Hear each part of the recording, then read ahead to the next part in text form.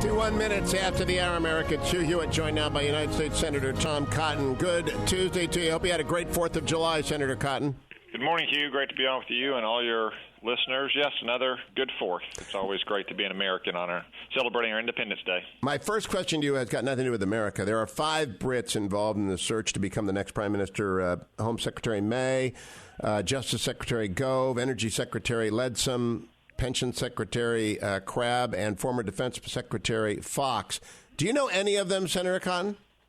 I don't know them personally, Hugh, but obviously they're each distinguished in their own way in their own fields, and I'll be watching the election with interest. And whoever the Conservative Party and then the Parliament chooses as their next Prime Minister obviously will remain a very close partner of the United States.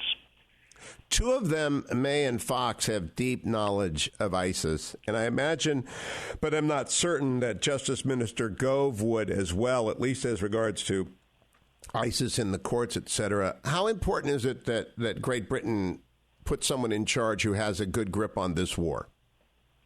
Well, Britain has been targeted in this war over the last 15 years, and obviously they have some internal threats of their own, and they're one of our key partners on a military front with NATO and in intelligence through the Five Eyes Intelligence Alliance.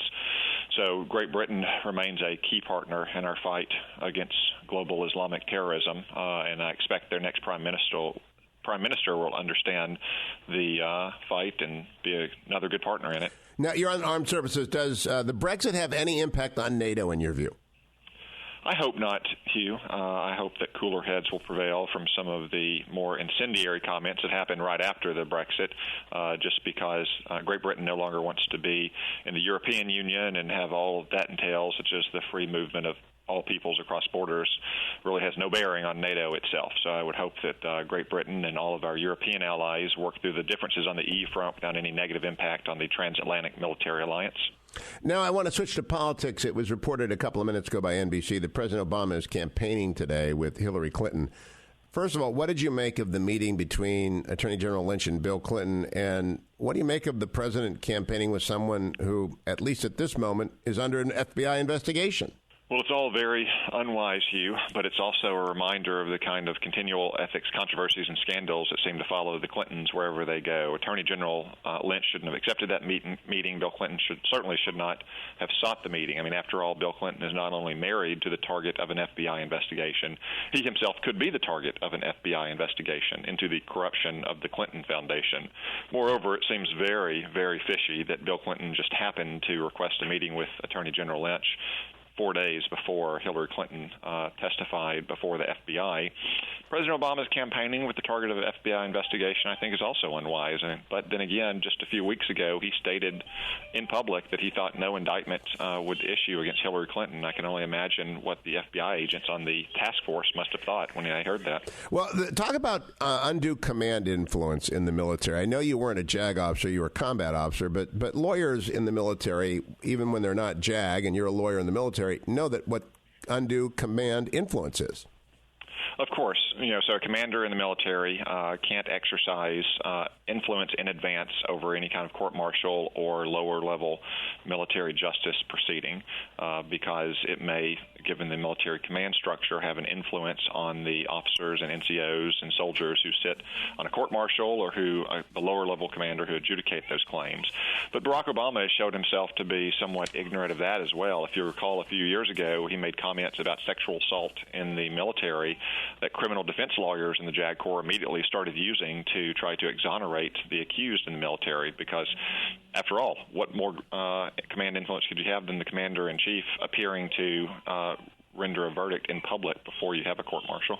It actually is impossible to overdo that. It's impossible to overstate it. Hey, the 3 bombings in Saudi Arabia yesterday, 200 dead in Baghdad over the weekend.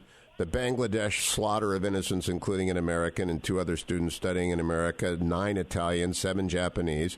The attack in Brussels, the attack in Orlando, the attack in Paris, the attack in San Bernardino. The JVs are having a pretty good run, Senator Cotton. Yeah, regrettably. And just over the weekend, as you say, very destructive attacks in Baghdad, right in the heart of the Karada district, middle class, very popular district, and now in 3 different cities in Saudi Arabia.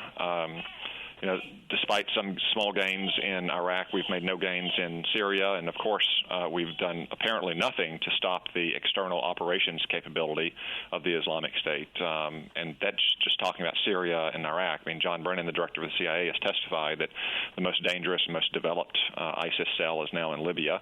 So our military has made some gains with the Iraqi military in Iraq, to be sure, but that certainly hasn't stopped their ability to project power and conduct external operations in very complex attacks of the kind we've seen in the last week. 30 seconds, Senator Cotton. Did you patrol that district? I understood it was not a Shia majority district, but a mixed district. I thought you operated in the Shia part of Baghdad. So the Karada Peninsula is the big east to west running peninsula in the heart of Baghdad. My district was just south of the river, but we regularly crossed across Karada to go to and from the green zone. And again, like I said, it'd be like, striking somewhere in upper northwest Washington or in West Little Rock or some very popular middle-class district.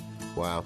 Senator Tom Cotton, always good to talk to you. Thank you for joining us. Good appearance yesterday at Meet the Press. Appreciate that as well. Don't